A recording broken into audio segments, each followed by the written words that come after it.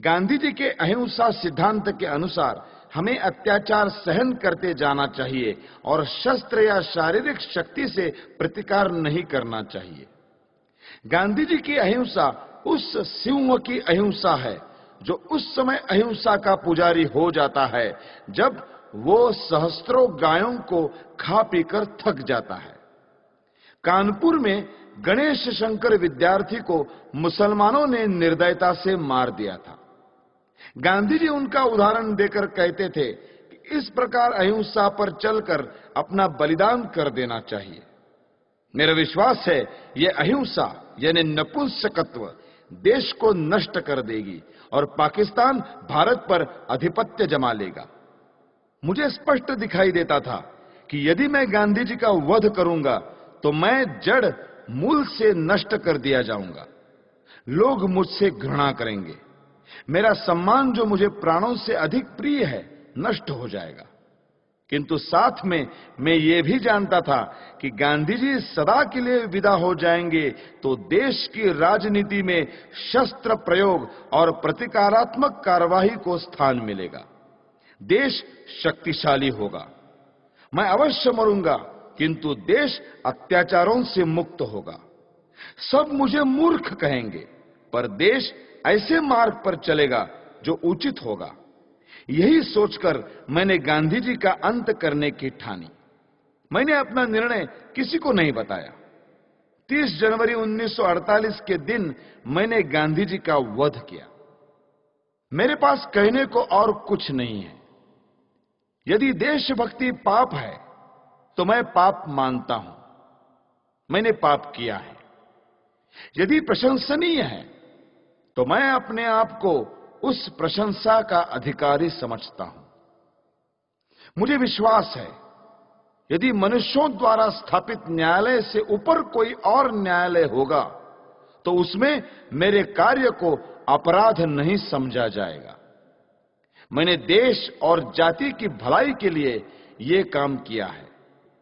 मैंने उस व्यक्ति पर गोली चलाई जिसकी नीति से हिंदुओं पर घोर संकट आए और हिंदू नष्ट हुए।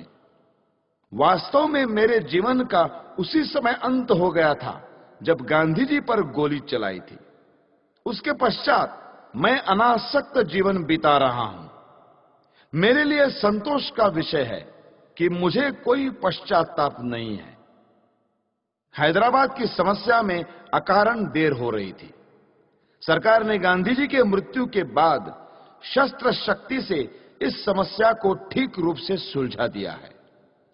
भारत की आधुनिक राजनीति और सरकार अभी तक तो ठीक प्रकार से चलती हुई जान पड़ रही है। गृहमंत्री ने कहा है कि देश के पास प्रचुर युद्ध सामग्री होनी चाहिए। ऐसा विचार प्रकट करते हुए उन्होंने ये नहीं कहा कि वे गांधी जी के सिद्धांतों पर चलकर ये सब कुछ करेंगे। यदि वे ऐसा कहें तो केवल अपने मन के संतोष के लिए कहेंगे।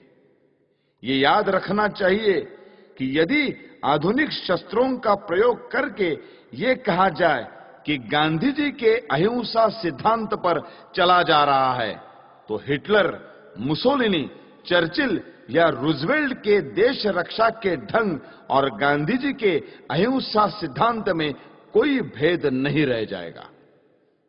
मैं यह मानने को तैयार हूं कि गांधी जी ने देश के लिए बहुत कष्ट उठाए। उन्होंने जनता में जागृति पैदा की। उन्होंने स्वार्थवश कुछ नहीं किया, परंतु दुख यह है कि वे इतने ईमानदार नहीं थे कि अहिंसा की हार को स्वीकार कर लेते।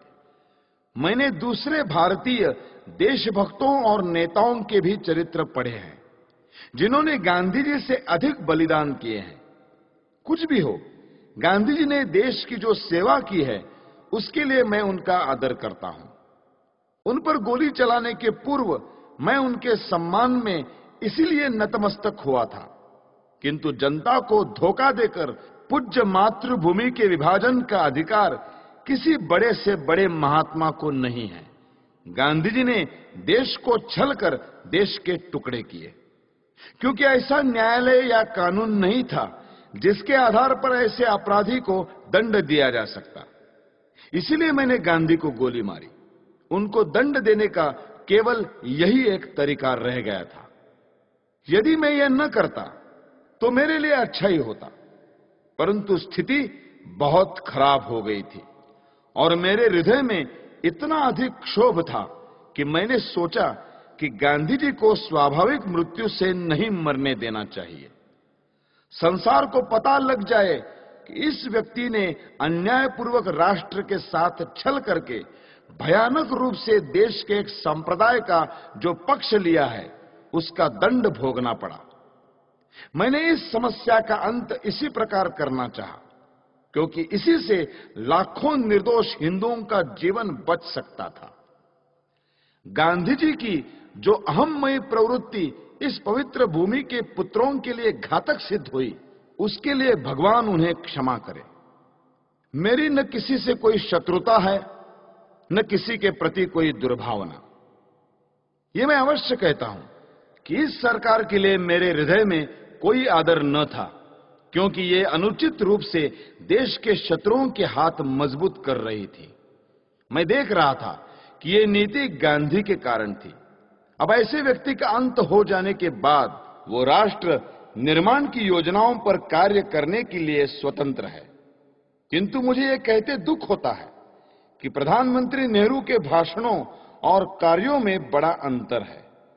वे धर्मनिरपेक्षता के आधार पर राष्ट्र निर्माण की बातें करते हैं, जबकि उन्होंने स्वयं पाकिस्तान को धार्मिक आधार पर स्वीकार किया है। उन्हें सोचना चाहिए था कि सांप्रदायिक आधार पर बनाया हुआ पाकिस्तान भारत के लिए लाभदायक न होगा। फिर भी सब कुछ सोचने के पश्चात मेरे हृदय ने कहा कि गांधी जी के विरुद्ध काम करना चाहिए। किसी ने मुझ पर इस संबंध में कोई दबाव नहीं डाला और न ही कोई डाल सकता था। आप मेरी इस भावना को जिस प्रकार देखना चाहे देखें, और इस भावना के परिणाम स्वरूप मेरे किए हुए इस कार्य को देखकर जो दंड उचित समझे दें। इस विषय में कुछ कहने की मेरी इच्छा नहीं है। मैं किसी प्रकार की दया नहीं चाहता। मैं ये भी नहीं चाहता कि मेरी ओर से कोई दया की याचना करे। इस अभियोग में बहुत से मनुष्यों को मेरे साथ इस अपराध में ले लिया है। उन पर आरोप है कि उन्होंने षड्यंत्र रचा। इस विषय में मैं पहले ही कह चुका हूं कि इस कार्य में मेरा कोई साथी नहीं था। स्वयं मैं और केवल मैं ही इसका उत्तरदायी हूं। यदि दूसरे लोग इसी दोष के लिए नहीं खड़े किए जाते तो मैं अपने लिए बचाव भी न करता। न्यायालय को मालूम है कि 30 जनवरी 1948 के कृत्य से संबंधित साक्षीदारों की परिपरीक्षा यानी क्रॉस एग्जामिनेशन न ली जाए, ऐसी मेरी इच्छा थी और मेरे विधिज्ञों को भी मेरा वैसा आग्रह रहा था। इससे मैं अपने लिए बचाव नहीं कर रहा, यह स्पष्ट होगा। मैं इस बात को पहले ही बता चुका हूं कि 20 जनवरी को मैं शांतिमय प्रदर्शन के पक्ष में न था। अपने सिद्धांतों का प्रचार करने के लिए यह उपाय मुझे व्यर्थ प्रतीत होता था। फिर भी मैंने प्रार्थना सभा में होने वाले उस प्रदर्शन में सम्मिलित होना स्वीकार कर लिया। यद्यपि इसमें सम्मिलित होने की मेरी आंतरिक इच्छा न थी। दैव योग से मैं उसमें सम्मिलित न हो सका और किसी कारण से जब यह प्रयत्न सफल भी नहीं हुआ, तब मुझे बड़ी निराशा हुई। आप्टे और अन्य लोगों ने पूना, बंबई, ग्वालियर में स्वयं सेवकों के लिए जो परिश्रम किया था, उसका कुछ भी फल नहीं निकला। तब गांधी जी के वध के अतिरिक्त मेरे लिए दूसरा मार्ग नहीं रह गया था। इन्हीं विचारों में खोया हुआ जब मैं दिल्ली के शरणार्थी कैंप में घूम रहा था, तो मुझे एक फोटोग्राफर मिला जिसकी कमर में कैमरा लटक रहा था। उसने मुझे फोटो उतरवाने के लिए कहा। वो शरणार्थी ही प्रतीत होता था। मैंने फोटो खिंचवा लिया।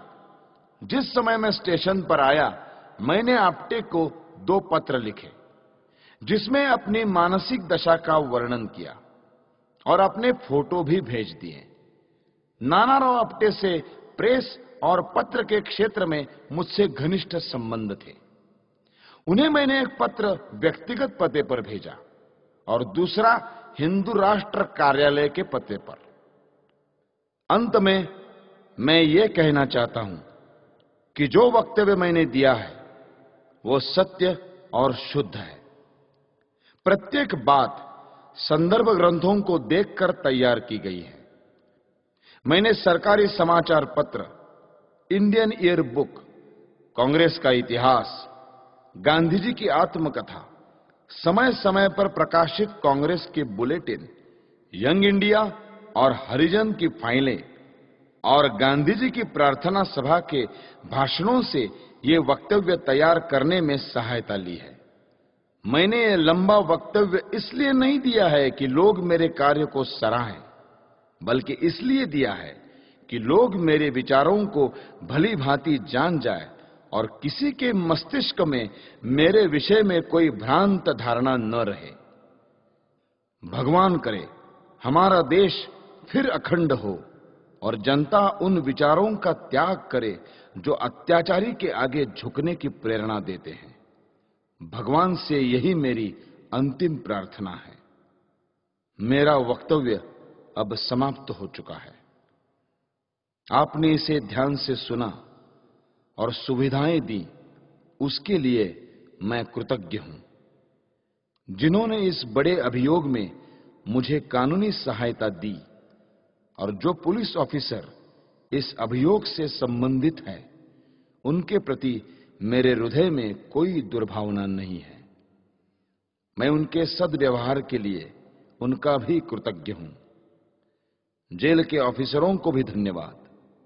उन्होंने मेरे साथ बहुत अच्छा व्यवहार किया है। यह सत्य है कि मैंने 300-400 लोगों के बीच दिन के समय गांधी पर गोलियां चलाई। मैंने भागने का कोई प्रयत्न नहीं किया।